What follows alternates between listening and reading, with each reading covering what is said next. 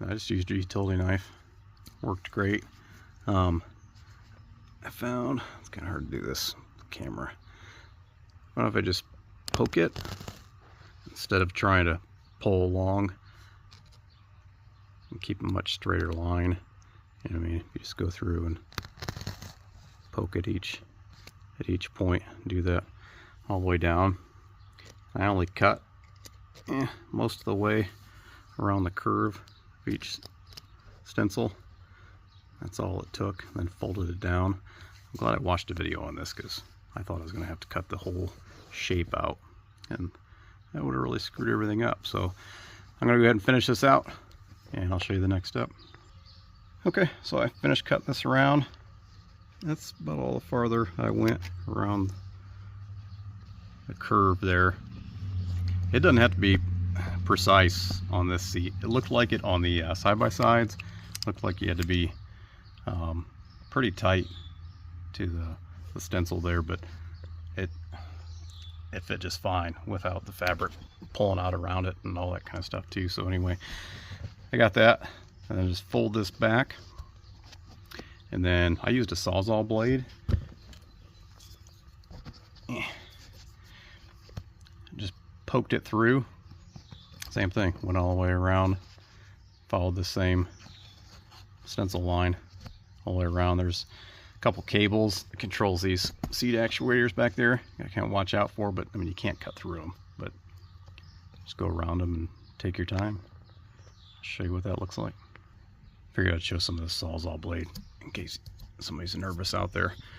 So it's hard getting it poked through there, the back side. I'll show you what I'm working with on the back side, maybe. I don't know if you can see there or not. There's some cables and stuff to look out for. You can't hurt them, but it'll slow your progress down. So, found that the short strokes and not pulling very hard and just kind of working your way through cuts through it pretty easy. So I'll do that and show you what's next. Alright, so I got that cut all the way through. As you can see, I'll go around back and show you what that looks like. Actually, first, I grab one of these brackets. So this is just gonna basically push in there. I can't do this with one hand, but get the foam kind of stuffed around there. Once you kind of get that in there where it needs to be, you can go around back and finish it up. I'll show you what that looks like. Alright, so it's going to be really hard to show you, but you'll figure it out. So when you push the plastic through, what I did that helped was I stuffed this underneath that bracket, and at the same time with my other hand push on the other side, if that makes sense. And the other side, I wanted this one over here, some of it was just too much, so I just trimmed some of this backing away. But what I didn't want was the, you know, this foam getting in between there and not enabling it to pinch together. So just be mindful of that. Mine snapped right together. I thought there was going to be a lot of problems just because the other videos for the side-by-sides had people struggling with clipping those two pieces together. So I'll do that. Show you what's next. All right, so same thing on this side. It snapped together really easy. I guess just because I was able to get this fabric out of the way. So those two pieces locked together, and then I'll show you how to come through this back fabric here. It's kind of the, yeah, it's gonna be the same as this other side here. So what I did, again, this is a pain in the butt, one-handed. Basically, I looked at where the holes were coming out of there and eyeballed it, and it was basically 1.5 inches. I keep trying to point with the wrong hand. It's 1.5 inches up from this bar was the right height for my kids, but that's what I pulled my measurement off of. And I'll tell you about this bar here in a minute. But that's where I made my cuts for these.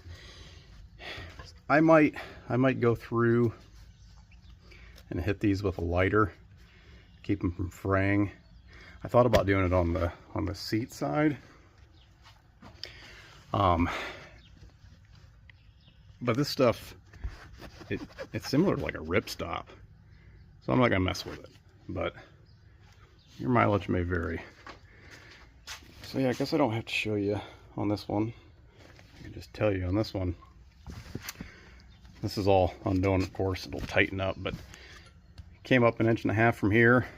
Just made 2-inch slits on there and ran my straps through there and strapped them down. And when it's all said and done, bracket's nice. And it fits the kids like they're supposed to, at or below their shoulders. And then when they grow out of this, they go up over top of the seat. Or, you know, might just put another one up there, who knows. But feel a little safer with kiddos having those straps on with the type of wheeling we do. Keep their upper body from flopping around if we did do something unfortunate. So that's that. Pretty simple. I think those were like 20 bucks on Amazon. It worked perfect. So if you have the same issues or concerns, highly recommend them so far.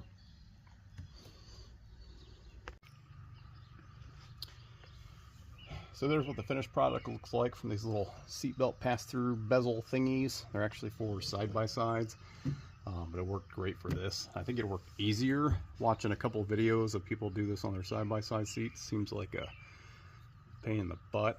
I think mainly because they're cutting through, they have a hard backing on their seats. These don't have that. So it was super easy. Super duper easy. These PRP harnesses are awesome, super comfortable. We got the buckle style ones for the kiddos to be able to undo themselves. Not to struggle with all that harnessing them in with the other style. The one side, it's the same on both sides, goes down and bolts to the factory seatbelt hole. The other one bolts to the factory seatbelt hole that's in the seat there. It looks like this. Getting to that bolt is the hardest process. That was kind of a pain in the ass. If you pull the seat out and actually took these covers off like you're supposed to, I was lazy and I didn't. If you did that, that would make your life a lot easier. But those that one bolt, it's accessible. If you unzip both sides of these, pop this little plastic piece out, of course tilt your seat up, there'll be one bolt in the bottom of there. I think it's a oh hell, what the hell is it? T150. I screw up my look here. Yeah, T50 bolt. It comes out into the cushion. But like I said, if you pull this out and pull that cushion out, you can get right to it. I didn't. I reached in there, got it out. Those buckles don't sit down in the factory groove like they should, so I actually came around and ran the bolt in back this way. That's how I tightened those down. So everything's super duper safe, how it should be. DOM tube picked up from a supplier here locally. Loaded them some little thingies to hold these for whatever that's worth. I had to cut the plastic on mine. I don't care. I didn't buy this to look at each other's ducks at the ice cream shop. We actually wheel around here. Factory seatbelt hole, grade 8 material. Weld this all on. This is I can't remember what this flat stock is. It's not mild. I want to say AR 300. I don't remember, but I'm sure even mild steel would work. Yeah, bolted those in, and that's how that works. So far so good. We had to do something with the kiddos. I didn't trust those lap belts, especially if we take a tumble or something. We get pretty rowdy. One of their upper bodies staying in place. So this is about as safe as it gets in this particular rig. And this is on a 2020 two-door JL Rubicon. So if it's gone something else, or the JLUs, your mileage will probably vary. But it worked awesome. So if you're in the market for some seat harness brackets and all that jazz for a two-door Wrangler, yeah, hope this is helpful.